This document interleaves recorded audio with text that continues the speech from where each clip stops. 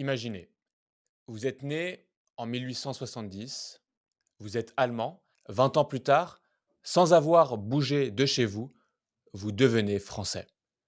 En 1940, vous redevenez allemand. 5 ans après, refrançais. Votre identité change 5 fois en 75 ans. Vos enfants ne parlent pas la même langue que leurs grands-parents. Votre ville change de drapeau comme on change de chemise. Bienvenue à Colmar.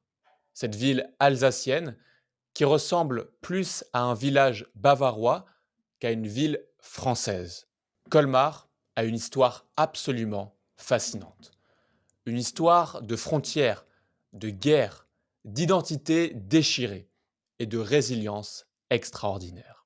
Je vais vous raconter la vraie histoire de Colmar, vous faire découvrir pourquoi ces maisons à colombage ne sont pas juste jolies, mais sont des monuments de résistance. Et vous allez apprendre des expressions et des mots que vous entendrez partout en Alsace. Pour comprendre Colmar, il faut d'abord comprendre l'Alsace.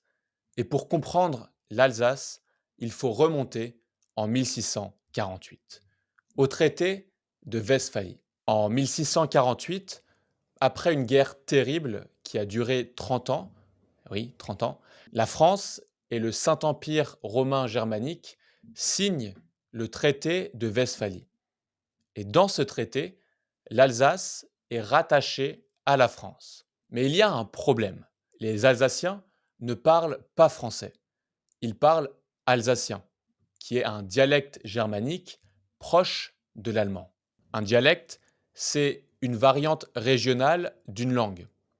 Par exemple, le québécois est un dialecte du français. Donc, pendant plus de 200 ans, l'Alsace est française sur le papier, mais allemande dans l'âme. Les gens parlent alsacien, ils mangent de la choucroute, ils boivent de la bière, mais ils paient leurs impôts à Paris. Et c'est une identité hybride. Puis, en 1870, la guerre éclate entre la France et la Prusse.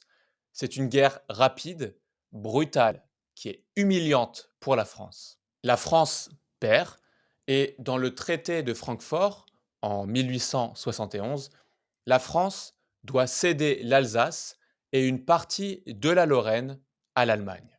On va dire que l'Alsace est annexée par l'Allemagne. Annexée, c'est quand un pays prend le contrôle d'un territoire qui appartenait à un autre pays. Et souvent, ça se fait par la force. Et là, imaginez la situation des Alsaciens.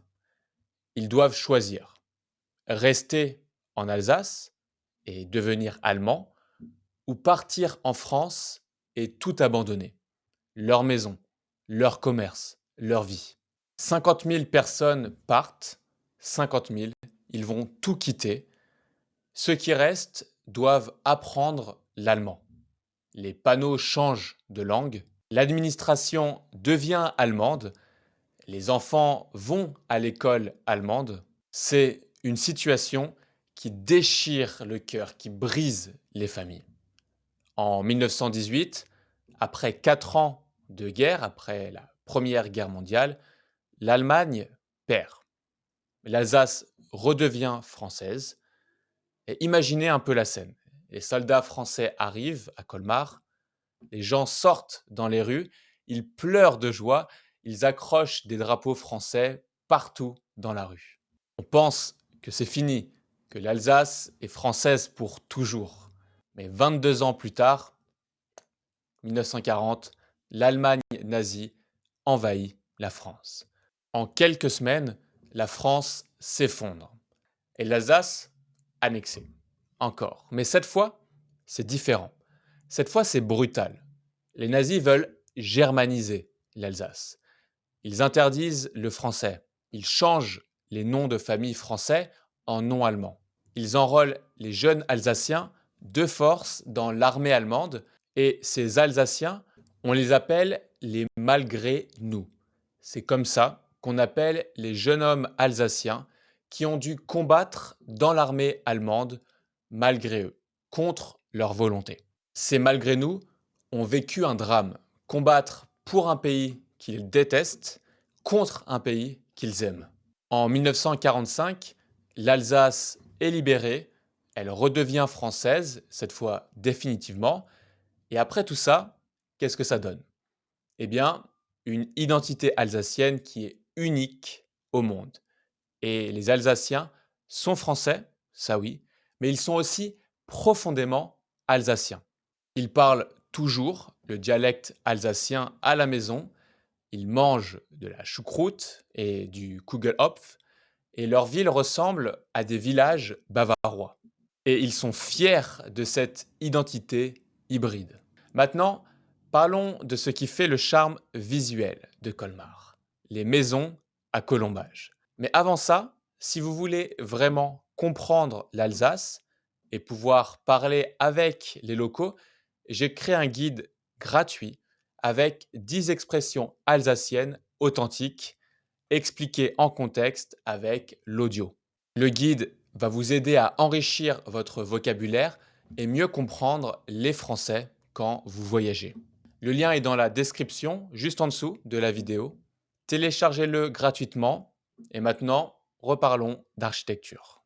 Quand on se balade à Colmar, on voit des maisons magnifiques, colorées, avec ces structures typiques en bois en forme de X, Y, des triangles. On se dit c'est joli, c'est photogénique, c'est pittoresque. Et ces maisons racontent une histoire. Commençons d'abord par le vocabulaire à maîtriser. Les colombages, et donc les maisons à colombage, c'est le nom qu'on donne à ces maisons avec une structure en bois. On dit aussi maison à pan de bois. Un pan, c'est un panneau, une section. Donc, pan de bois, c'est section de bois.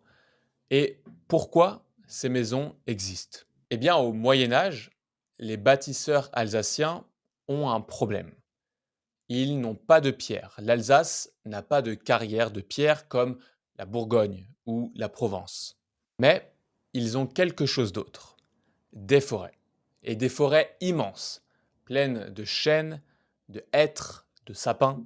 Alors, ils inventent un système. Ils construisent une ossature en bois, une structure, un squelette, et ils remplissent les espaces avec de l'argile, de la terre, de la paille, et ces pans de bois que vous voyez en forme de X et de Y, ils ne sont pas là pour décorer, ils servent à répartir le poids de la maison. Quand vous construisez en hauteur avec de l'argile et du bois, si vous ne répartissez pas bien le poids, la maison s'effondre. Donc c'est X, c'est Y, c'est triangle, c'est de l'ingénierie médiévale brillante. Maintenant, parlons des couleurs. Au Moyen Âge, il n'y avait pas Google Maps. Il n'y avait pas de panneau avec écrit boulangerie, forgeron, boucherie.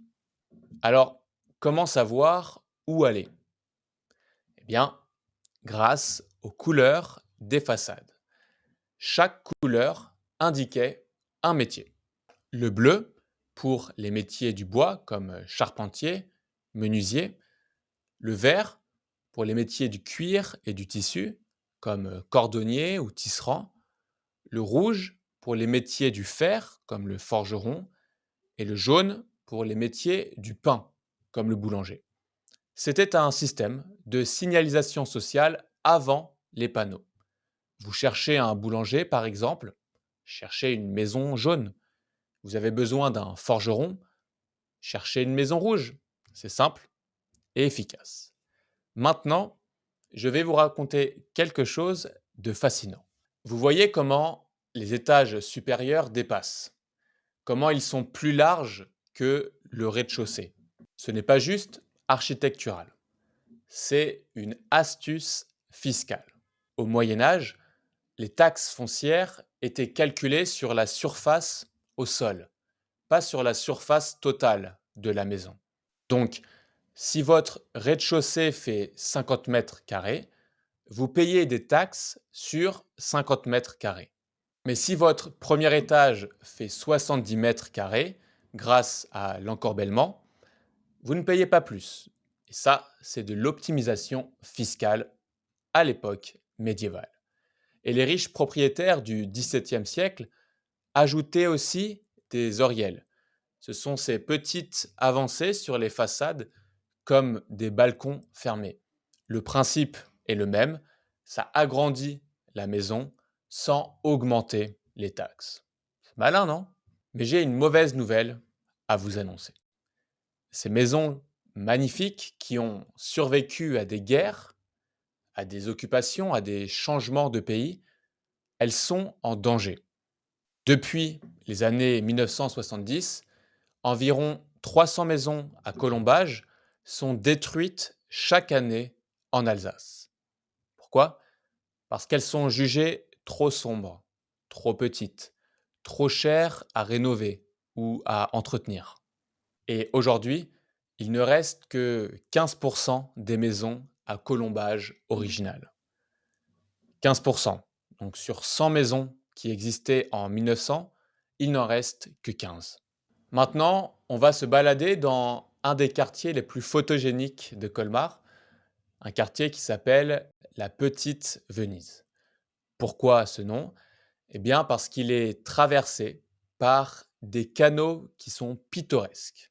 Sur les côtés, vous avez les maisons colorées qui se reflètent dans l'eau et vous avez des barques qui glissent doucement, un cadre idyllique qui rappelle justement la ville italienne de Venise. Mais ce n'était pas toujours romantique parce que l'histoire de ce quartier, à l'origine, était totalement différente. C'était pas pour les touristes en barque, c'était une zone de culture de légumes. Les maraîchers, donc les gens qui cultivent et vendent des légumes, utilisaient ces canaux pour transporter leurs récoltes. Ils mettaient leurs légumes dans des barques à fond plat et les amenaient jusqu'au quai de la poissonnerie, où se tenait le marché. Pourquoi à fond plat? Parce que les canaux ne sont pas très profonds et un bateau normal avec une coque arrondie toucherait le fond. Aujourd'hui, ces barques servent aux balades touristiques, c'est romantique, c'est charmant, super ambiance. Historiquement, ce quartier était aussi habité par les tanneurs, donc les artisans qui transformaient les peaux d'animaux en cuir. Alors pourquoi les tanneurs s'installaient près des canaux? Parce que leur métier nécessitait beaucoup d'eau et produisait des odeurs un peu terribles. Donc on les mettait à l'écart, près de l'eau. Maintenant, parlons de quelque chose qui rend Colmar absolument magique en hiver. Ce sont les marchés de Noël. Quelques chiffres impressionnants.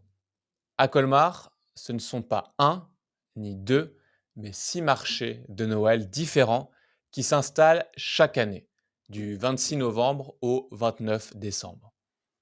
Au total, environ 200 stands et l'événement attire 1 million de visiteurs et génère 100 millions d'euros de retombées économiques. À Colmar, on se réchauffe généralement avec un verre de vin chaud à la cannelle. Donc c'est du vin rouge chauffé avec de la cannelle, des épices. Et pour les enfants ou ceux qui ne boivent pas d'alcool, un jus de pomme chaud. Et si vous avez faim, pas de problème. Vous pouvez prendre une barquette de choucroute saucisse. La choucroute, c'est du chou fermenté.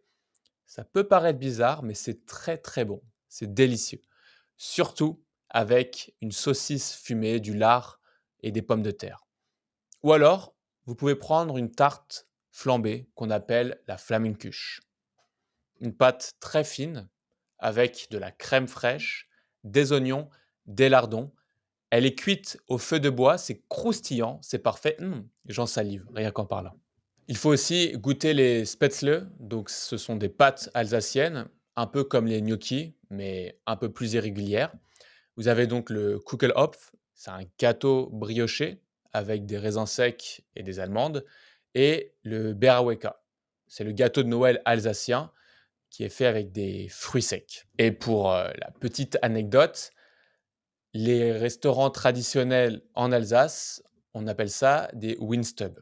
L'intérieur est en bois, vous avez les nappes à carreaux, il y a une ambiance chaleureuse, une décoration rustique et bien sûr, on y mange la cuisine régionale dans une ambiance conviviale. Et vous pouvez accompagner votre repas d'un vin d'Alsace comme le Riesling ou le Gewürztraminer. Et Colmar porte d'ailleurs le surnom de capitale des vins d'Alsace. Maintenant, je vais vous raconter une histoire que très peu de gens connaissent.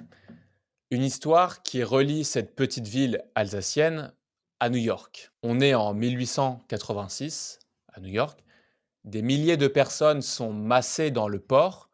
Elles regardent vers le ciel. Une femme géante de 93 mètres se dresse devant elle, une torche dans la main droite, une tablette dans la gauche. Je parle bien sûr de la Statue de la Liberté. Et aujourd'hui, c'est l'un des monuments les plus célèbres au monde. Des millions de touristes la visitent chaque année. Mais voici la question que personne ne pose. Qui l'a créée et pourquoi? Eh bien, il faut revenir en arrière, en 1834, à Colmar. Un bébé naît dans une maison à Colombage de la rue des Marchands. Il s'appelle Auguste Bartholdi. Il grandit en Alsace, il dessine, il sculpte, il rêve de monuments gigantesques. À 20 ans, il part à Paris étudier la sculpture, puis il voyage, l'Égypte, l'Arabie, le Yémen. Et en Égypte, devant les pyramides, devant les colosses de même nom, il a une révélation. Je veux créer quelque chose de colossal, quelque chose qui marque l'histoire. 1865, Paris, dans un salon, un juriste français, Édouard Laboulaye, discute avec des amis. Il dit: devrions offrir un cadeau aux États-Unis pour célébrer l'abolition de l'esclavage, pour symboliser notre amitié. Quelqu'un répond: un cadeau? Genre quoi? Laboulaye sourit: une statue, une grande statue. Et là, quelqu'un pense à Bartholdi. On lui commande le projet et Bartholdi ne fait pas les choses à moitié. Il propose une femme de 93 mètres, en cuivre, avec une torche, et le projet prend 21 ans. La statue est construite en France, puis démontée en 350 pièces, transportée par bateau jusqu'à New York, et le 28 octobre 1886, elle est inaugurée. Aujourd'hui, c'est l'un des symboles les plus puissants de la liberté, de l'immigration et de l'espoir. Et tout ça parce qu'un petit gars d'Alsace, né dans une maison à Colombage, à Colmar, a rêvé en grand. Voilà, nous avons fait le tour de Colmar, un petit tour de son histoire déchirante, de son architecture unique, de ses traditions. J'espère que vous comprenez maintenant pourquoi Colmar n'est pas qu'une jolie petite ville touristique, mais c'est une ville qui a survécu, une ville qui a gardé son identité malgré 5 changements de nationalité en 75 ans. N'oubliez pas, si vous voulez vraiment comprendre l'Alsace et pouvoir échanger avec les locaux, j'ai créé un guide spécial pour vous, totalement gratuit, avec 10 expressions alsaciennes authentiques. Ce n'est pas juste une liste de mots, chaque expression est expliquée en contexte avec des exemples et l'audio. Le lien est dans la description. Téléchargez-le maintenant. Ça va transformer votre expérience en Alsace. Maintenant, dites-moi, avez-vous déjà visité Colmar? Et si oui, qu'est-ce que vous en avez pensé? Dites-moi dans les commentaires. Je lis tous les commentaires et je réponds personnellement. Et si cette vidéo vous a plu et que vous souhaitez découvrir une autre ville française fascinante, regardez cette vidéo sur la ville de Nice, parce que vous allez comprendre quelque chose de fou. Nice n'est française que depuis 1860. Avant, elle était italienne. Bref, je raconte ça dans cette vidéo. Allez-y, regardez-la. Croyez-moi, après Colmar, vous allez adorer Nice. Merci beaucoup d'avoir regardé cette vidéo jusqu'au bout. Je vous dis à très bientôt pour une nouvelle exploration culturelle. C'était Charles. Ciao!